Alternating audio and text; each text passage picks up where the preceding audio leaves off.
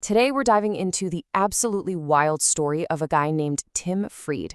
This is a man who let himself get bitten by hundreds of venomous snakes, all for one reason: to help create a medical breakthrough that could literally save the world. So let me just set the scene for you. You're in a basement in Wisconsin, of all places. No doctors, no hospital, and one of the deadliest snakes on Earth, a Black Mamba, just bit you. What do? For pretty much anyone else, that's it. Game over. The venom from a Black Mamba is so fast, you barely have time to panic before your nervous system shuts down. But for Tim Friede, this wasn't some horrible accident. Nope.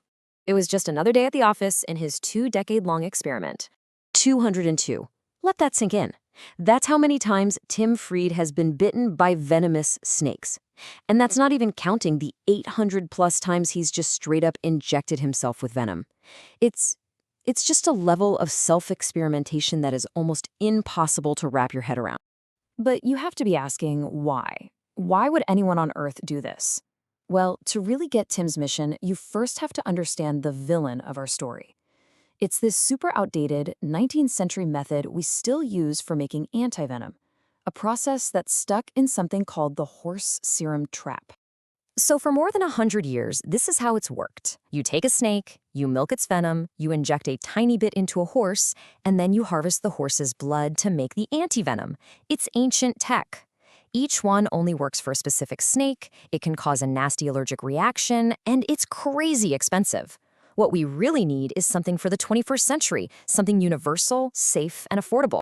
And the problems just stack up. First, you've got the identification crisis. The doctor has to correctly guess which snake bit you, or the antivenom is useless. Second, your own body can have a violent reaction to the horse proteins, causing something called serum sickness, which can be almost as bad as the bite itself. And finally, the stuff is so expensive and hard to store that it's almost never available in the rural places that need it most. So you see this massive global problem, right? Tim Friede saw it too, and he decided to do something about it. He decided to take matters into his own hands, or I guess into his own bloodstream. And that's what kicked off this controversial 20-year human experiment. Now, what Tim was doing, it's not totally random. It actually has a name: Mithridism. It's this ancient idea of building up immunity by taking tiny, non-lethal doses of poison over a long, long time. So he wasn't just being reckless, he was systematically training his immune system, turning his own body into a walking, talking laboratory. And let me tell you, this journey was brutal. Way back in 2001, he got bitten by 2 different cobras and ended up in a coma for 4 days. But he didn't stop. For the next 20 years, he just kept going, exposing himself to dozens of different venoms, a process that, crazy as it sounds, would eventually lead to a massive breakthrough. Of course, you can imagine what the official medical community thought of all this. They were horrified. They called him stupid, dangerous, a reckless amateur. To all the experts, he was this giant red flag. What they couldn't see was that his obsessive, high-risk quest was creating something absolutely priceless. And that priceless thing was flowing through his veins. This is where the story shifts from one guy's obsession to a genuine scientific miracle. Scientists finally started paying attention, asking the big question: what in the world is going on inside Tim's immune system? The answer was something called broadly neutralizing antibodies. You see, instead of creating a different antibody, a unique key for every single type of venom, Tim's body was under so much stress that it had to start forging master keys. These were special antibodies that could unlock and shut down the toxins from lots of different snakes, not just one. So how did they find them? Well, scientists used this brilliant technique to scan through billions and billions of antibodies in his blood, looking for the special ones. And they found them. 2 incredibly powerful antibodies that were latching onto the most dangerous part of the venom, the neurotoxins that paralyze you. Once they found those keys, they could isolate them and start making synthetic copies. And this is the result. It's a 3-part cocktail. You've got the 2 synthetic master key antibodies that they copied from Tim's blood. Those stop the paralysis.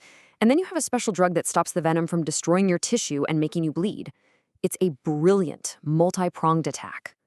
Now, this is so much more than just a cool science experiment. The creation of this cocktail is a monumental deal for global health. We're talking about something that could save tens of thousands of lives, year after year. 100,000. That's how many people die from snakebites every year. Most of them are farmers and kids in poor rural areas. It's this silent epidemic that nobody talks about.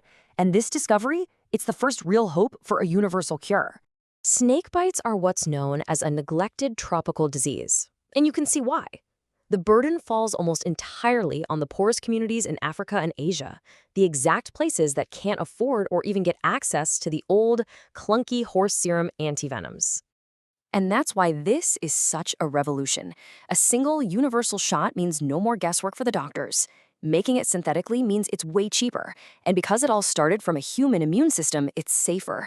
This is about making life-saving treatment accessible to everyone, no matter where they live. When you zoom out, this whole incredible story gives us a much bigger lesson about where scientific breakthroughs actually come from. Think about it. Tim Friede was the ultimate red flag to the medical establishment.